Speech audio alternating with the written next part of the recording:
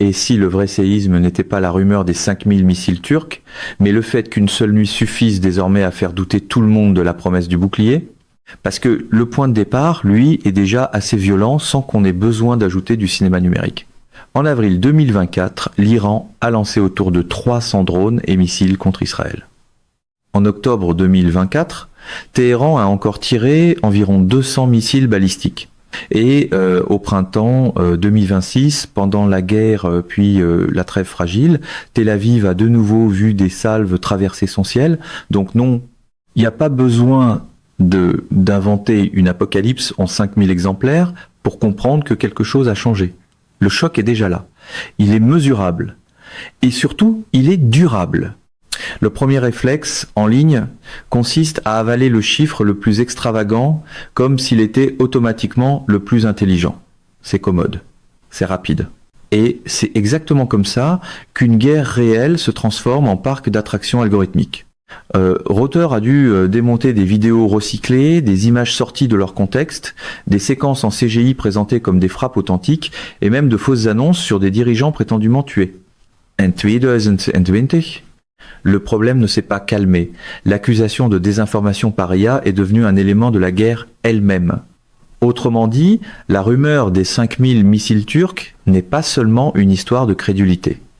C'est un produit parfait pour un écosystème qui adore les chiffres ronds, les certitudes totales et les explosions qui tiennent en 9 secondes verticales. Le faux circule vite parce qu'il imite très bien la peur. Et la peur, elle, a déjà des raisons de courir. Ce que cette peur agrandit, en revanche, touche à quelque chose de beaucoup plus sérieux. La fin du fantasme du dôme parfait. Le système israélien n'est pas un gadget. Il est même l'un des réseaux multicouches les plus sophistiqués au monde. Arrow, 3 intercepts à très haute altitude, y compris dans l'espace pour certaines menaces balistiques. Arrow, 2 travaillent plus bas. David Sling couvre le milieu de spectre contre les missiles de plus courte portée, les missiles de croisière et certaines menaces aériennes. Iron Dome, lui, a été conçu pour le court rayon, les roquettes, les mortiers, les drones, avec la possibilité de servir aussi de filet inférieur quand le reste laisse passer quelque chose. C'est une architecture, une vraie. Mais une architecture n'est pas une divinité. Elle dépend du temps de réaction, du nombre d'intercepteurs, du type de trajectoire, du volume de feu, de la coordination et surtout de ce vieux détail très prosaïque que les vidéos héroïques détestent, le stock. C'est là que la contradiction commence. En public, on parle souvent de protection totale parce que les gouvernements adorent les formules totales et que les électeurs adorent qu'on les rassure sans astérisque. En pratique, les militaires pensent en fenêtre d'engagement, en priorisation des menaces, en coût, en recharge, en cadence, en trajectoire et en arbitrage.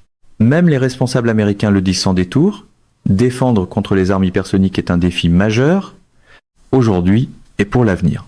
Le GAO rappelle que ces armes volent à au moins 5 fois la vitesse du son, avec des trajectoires difficiles à prévoir et qu'elles sont attendues comme très difficiles à intercepter. Le CBO ajoute qu'elles peuvent manœuvrer de façon imprévisible, précisément pour compliquer la défense terminale.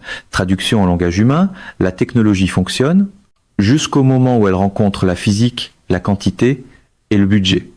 Et là, soudain, le miracle demande une annexe comptable. C'est pour ça que la Turquie intéresse autant les états-majors. Pas parce qu'un scénario viral aurait déjà été prouvé dans tous ses détails, mais parce que Ankara est désormais un acteur industriel qui compte dans le missile de précision.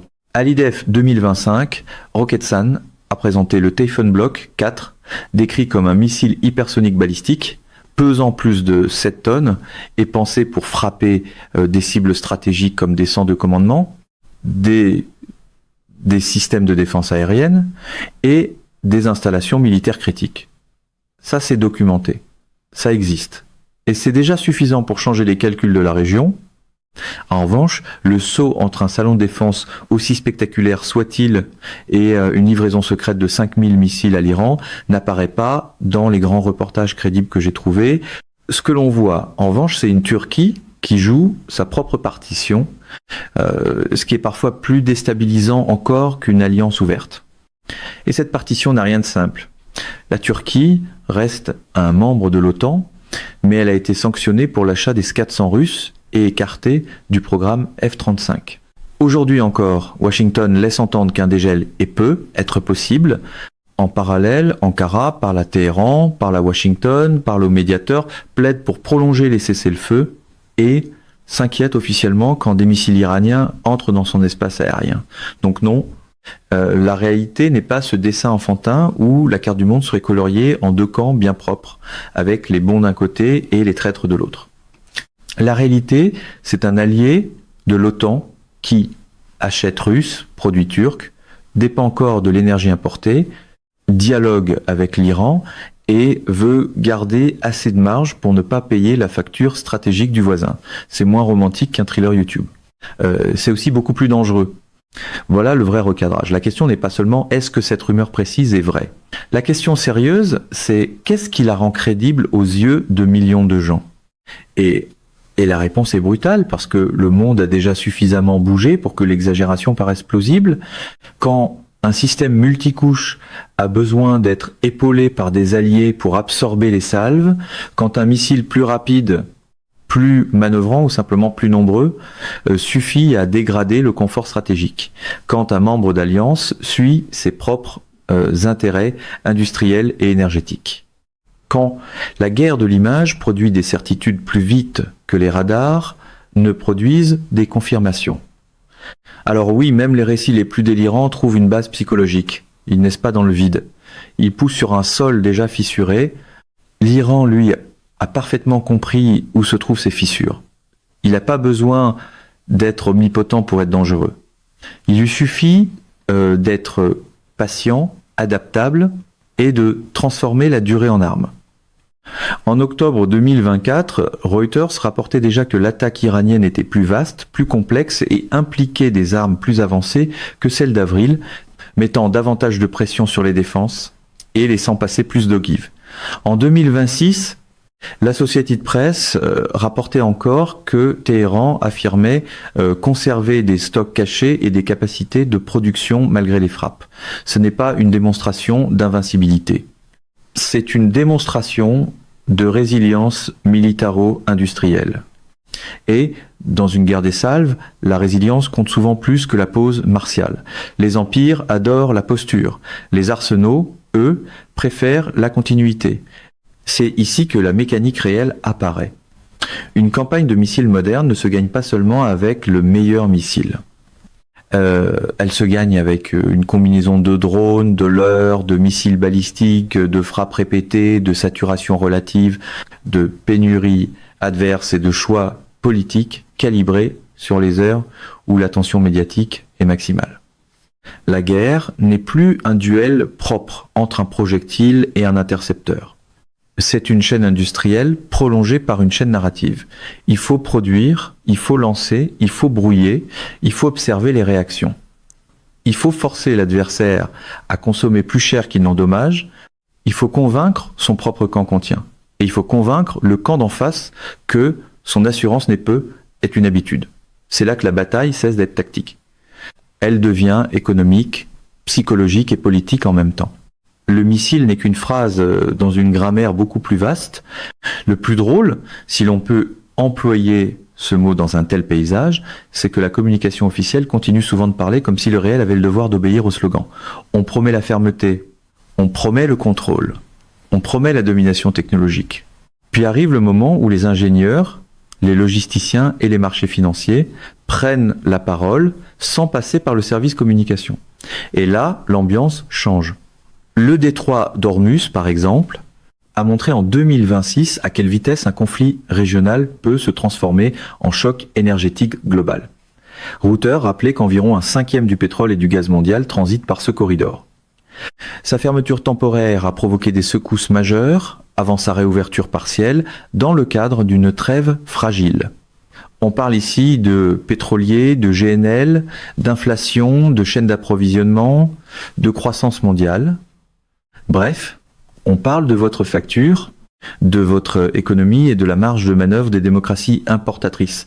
Le champ de bataille adore les cartes militaires, la vie réelle préfère les factures d'énergie, et pour le public francophone, c'est là que l'axe souverainiste devient central.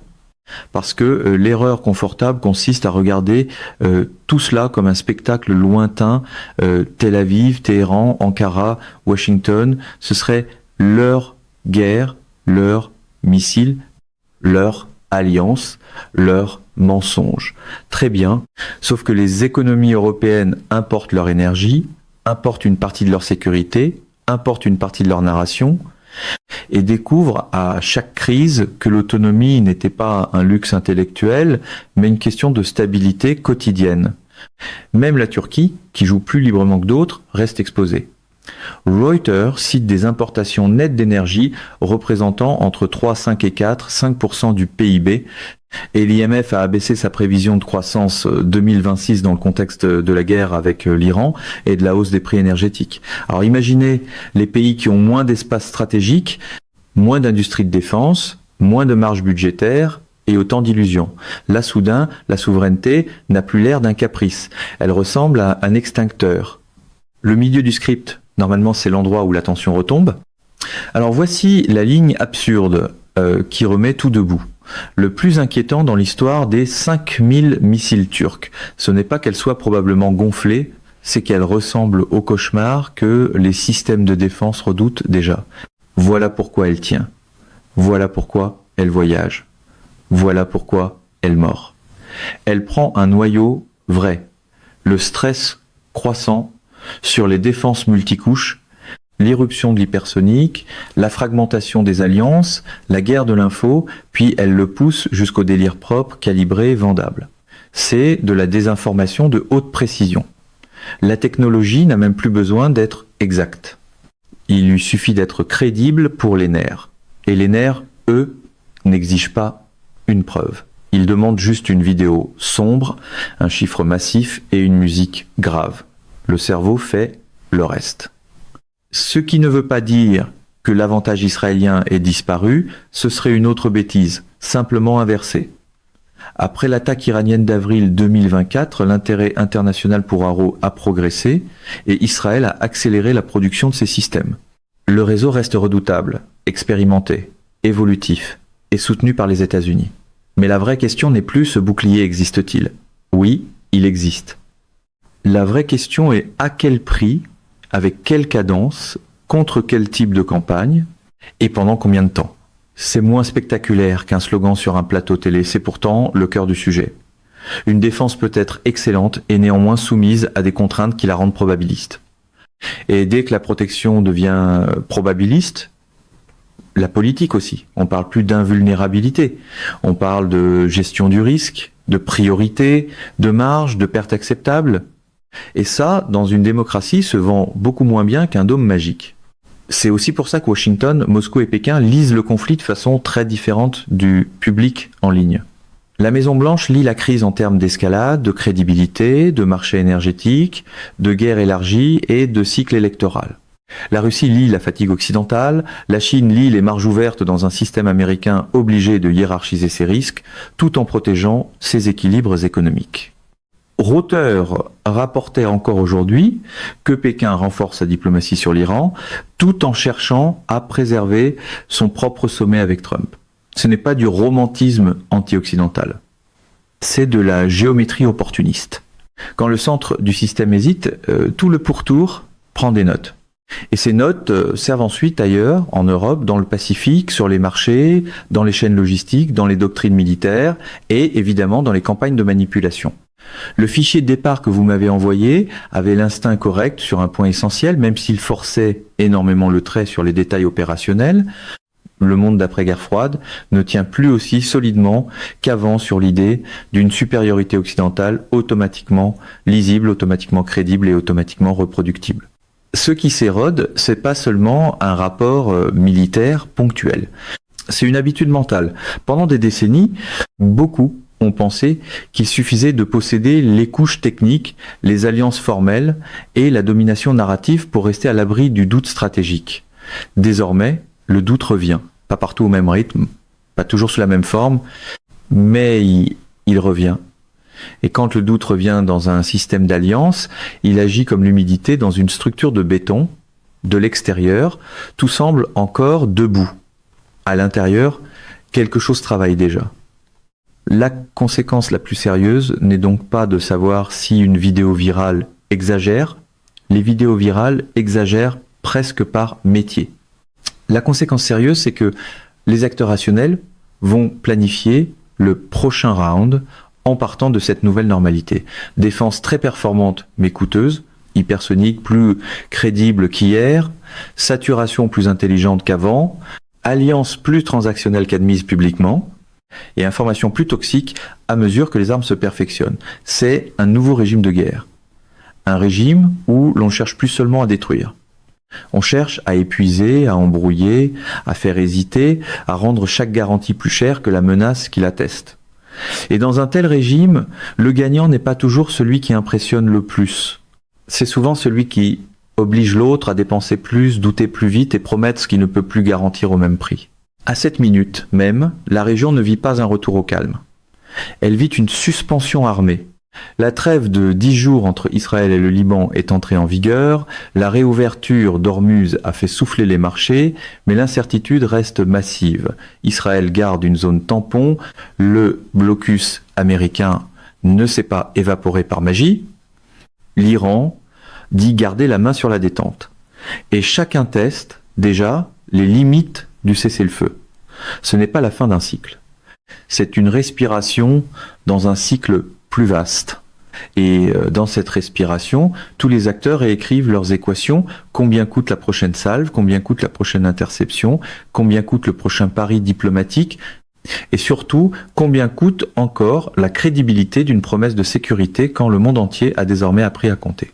Alors la vraie question, au bout du compte, peut être pas de savoir si l'Iran a réellement tiré 5000 missiles turcs sur Tel Aviv, mais de savoir quel ordre international survit quand un chiffre manifestement excessif paraît, malgré tout, plausible à des millions de gens, parce que les alliances se fragmentent, les défenses deviennent sélectives, et la guerre de l'information avance presque aussi vite que les missiles eux-mêmes.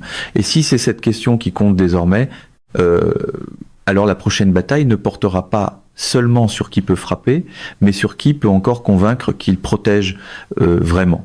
Dites-moi en commentaire si selon vous l'Occident entre dans l'ère du bouclier conditionnel, parce que c'est probablement là que commence la suite.